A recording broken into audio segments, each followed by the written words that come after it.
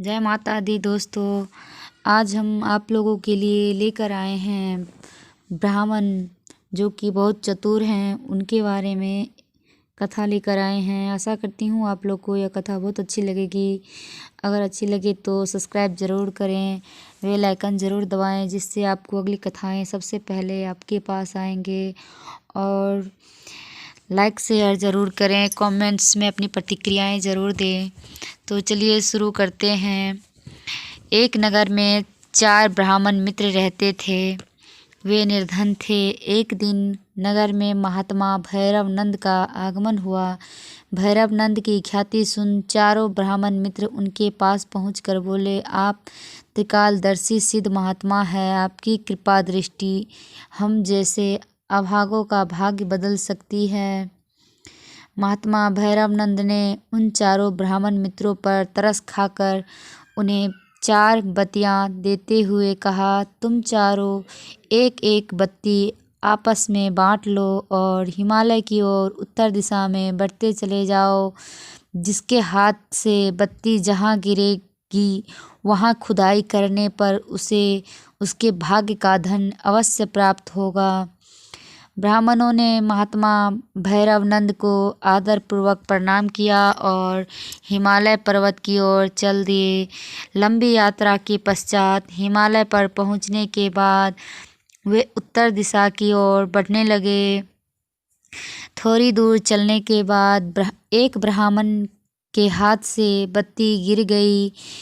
वहाँ खुदाई करने पर तांबे की खान मिली।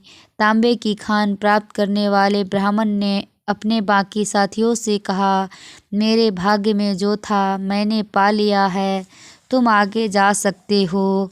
कहकर वह जितना तांबा ले जा सकता था ले गया। तीनों अभी कुछ ही आगे बढ़े थे कि एक और ब्राह्मण के हाथ से बत्ती छूटकर नीचे गिर गई। वहाँ खुदाई करने पर उन्हें चांदी की खान मिली।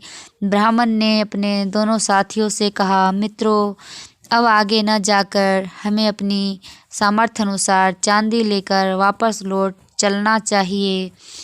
इस पर बाकी दोनों ब्राह्मणों ने कहा, पीछे तांबे की खान मिली थी और अब चांदी की खान मिली है, आगे हमें ज़रूर सोने की खान मिलेगी। हम तो आगे बढ़ेंगे, तुम जाना चाहो तो जा सकते हो। उनके यह वचन सुनकर दूसरा ब्राह्मण अपनी सामर्थ्य अनुसार चांदी लेकर वापस लौट गया। उधर आगे बढ़ते दोनों ब्राह्मणों में से एक ब्राह्मण के हाथ से फिर बत्ती गिर गई।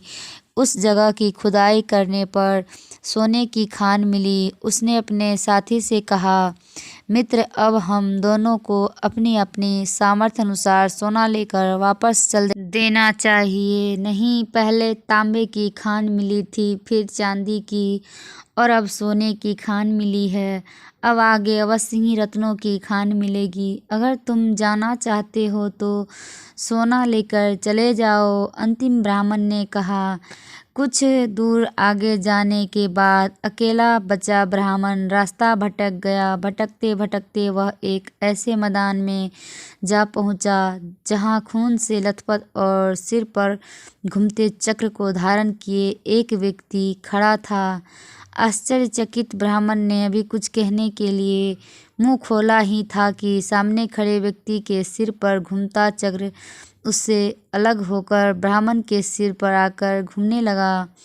यह देखकर अचंभित ब्राह्मण ने उस व्यक्ति से पूछा, यह सब क्या है? तुम्हारे सिर से हटकर यह मेरे सिर पर कैसे आ गया?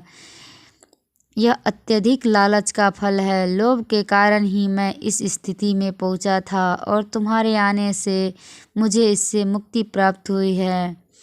मेरा उद्धार कब होगा? ब्राह्मण ने दुखी स्वर में पूछा। जब कोई दूसरा व्यक्ति तुमसे भी अधिक लोभ करेगा तभी तुम्हें इससे मुक्ति मिलेगी, उस व्यक्ति ने कहा और वहाँ से चला गया। कथा सार इस प्रकार है। संतोष परम धन। जो मिले, जितना मिले उतने में ही संतोष करना सबसे बड़ा धन है। अधिक प्राप्ति के लोभ में हाथ में आई वस्तु या धन भी जाता रहता है। ध्यान से सुनने के लिए धन्यवाद। जय माता दी।